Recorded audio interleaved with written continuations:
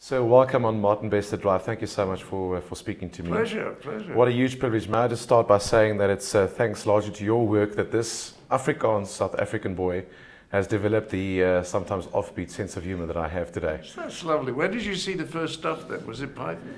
The Python stuff, absolutely, Monty Python. And the first movie that I can remember watching over and over again was The Fish Called Wanda. Oh, really? There's no doubt about that. To the point where I was walking around, going again and, avoid the green ones, they're not quite ripe yet. So thank you so much for that movie. I've got to start there. The middle name that you adopted, strangely enough, and you also made Kevin Kline's character named Otto. What is the story with Otto? I don't really know. It always amused me as a name. It just looks so strange, O-T-T-O, and it's a palindrome, as you know, backwards and forwards. And it just amused me. And I happen to have a very boring middle name, which was Marwood.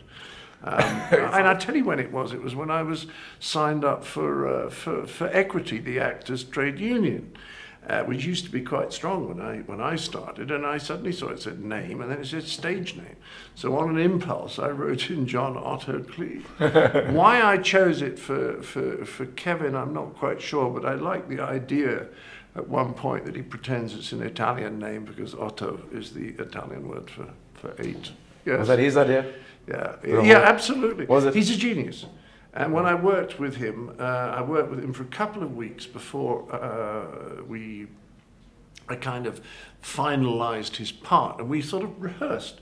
And on one occasion, he did that. He suddenly did this in the middle of the take. And at the end of the take, I said, "It was great what you did." And he said, "What did I do?" And I said, "You did that." He said to me, "I don't remember doing that."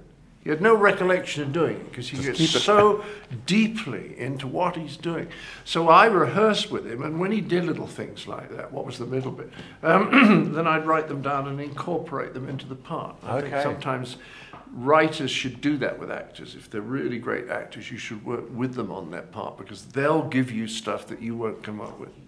How far removed was the Bond work from the stuff that you had done up until that point? It was very different in a way, but what was very, very nice about it was that they were very happy that I should make a contribution to the script. So when they started sending me the Q scenes, or in the first movie when Desmond was still alive, the R script, I would say to them, "What about this line, or what about that line, or I'm not so keen on that line, can we have another line there?"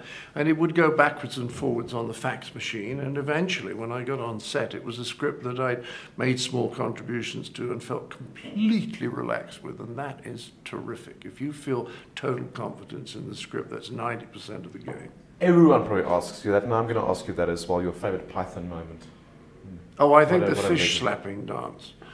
I don't remember if we wrote that. We must have written it because there's this prop, this enormous fish who couldn't have found that standing, sitting around on a chair. But I just love the insanity of that moment because, people often I remember somebody said to me once after the Dead Parrot sketch, a very earnest young man came up and said, "It's all about the Vietnam War, isn't it?"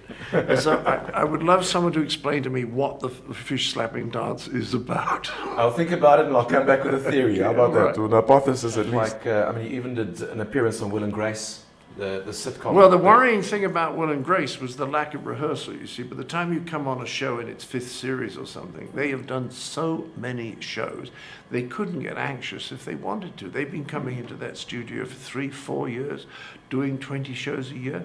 And you give them a speech at the last moment, and they're talking about, something on the baseball, and they say, "Oh yeah, I'll do that." And then the camera rolls and they do it. So when you come in, and you're I'm not quite sure how this works and what the style is. But you just have to slot in. And you just have to slot in and there's no rehearsal. I mean, the first take I ever did with Karen, I was coming through the door and she was hanging down. I had to sort of avoid her, and I thought she was going to move her legs to one side, and she she moved them apart. So as I moved, then she moved her legs back, banged me. My head hit the side of the door and gashed my head, and there was blood coming out. We had to stop the shoot and patch up the blood. And I remember thinking, if we'd rehearsed this once, we wouldn't be... You wouldn't be walking. But then it was great. Once I'd done 2 or 3, I did 6 shows. Once I'd done 2 or 3, it was fine. But it was scary the first time.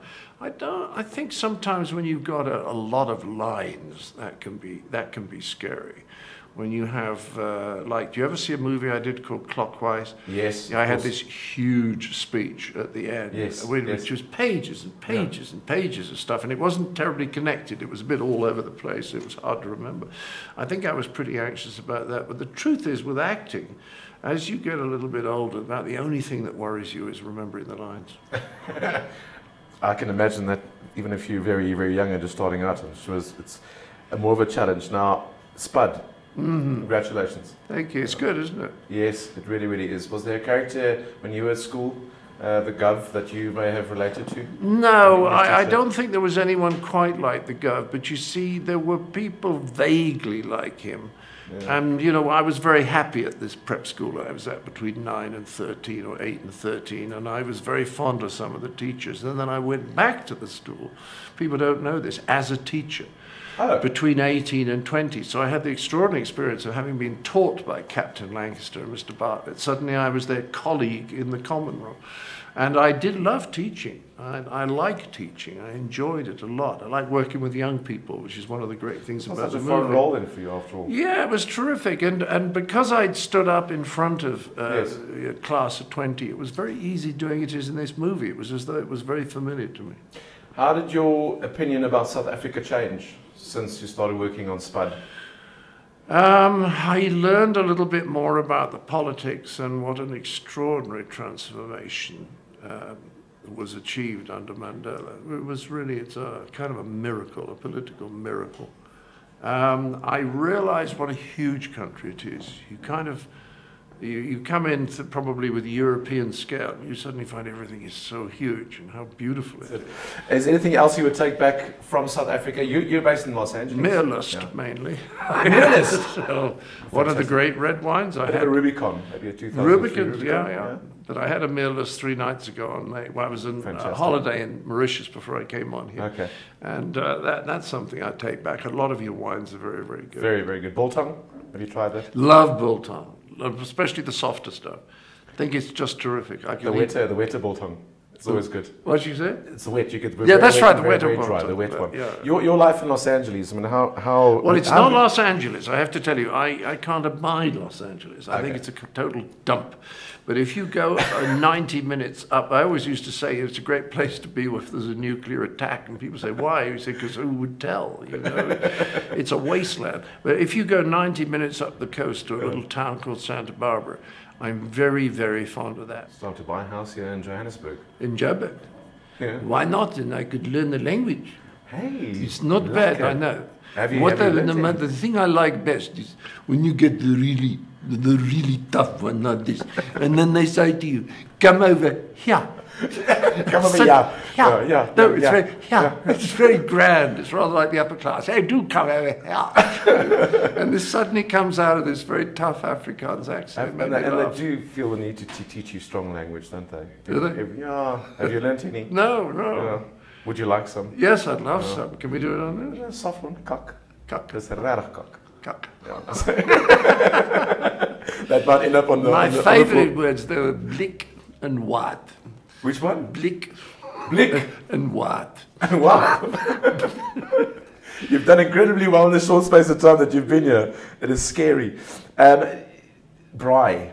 There's another thing you can really take back with you. What's braai? Braai. It's when you guys call it barbecue, I think. Oh, I know braai. I didn't know. We really have made it a huge activity. Yeah. So when you go back, maybe call Charlize Tron over. And how is Charlize? I haven't seen her for a couple of weeks. Oh, neither have I. Where does she live now? I don't know. I'd like to sit here and pretend that I do. Just because she's from Benoni. The first time that I saw her, I remember she walked onto screen and going, ah! That was that great Cider House Rules. Yes. Yeah, amazing.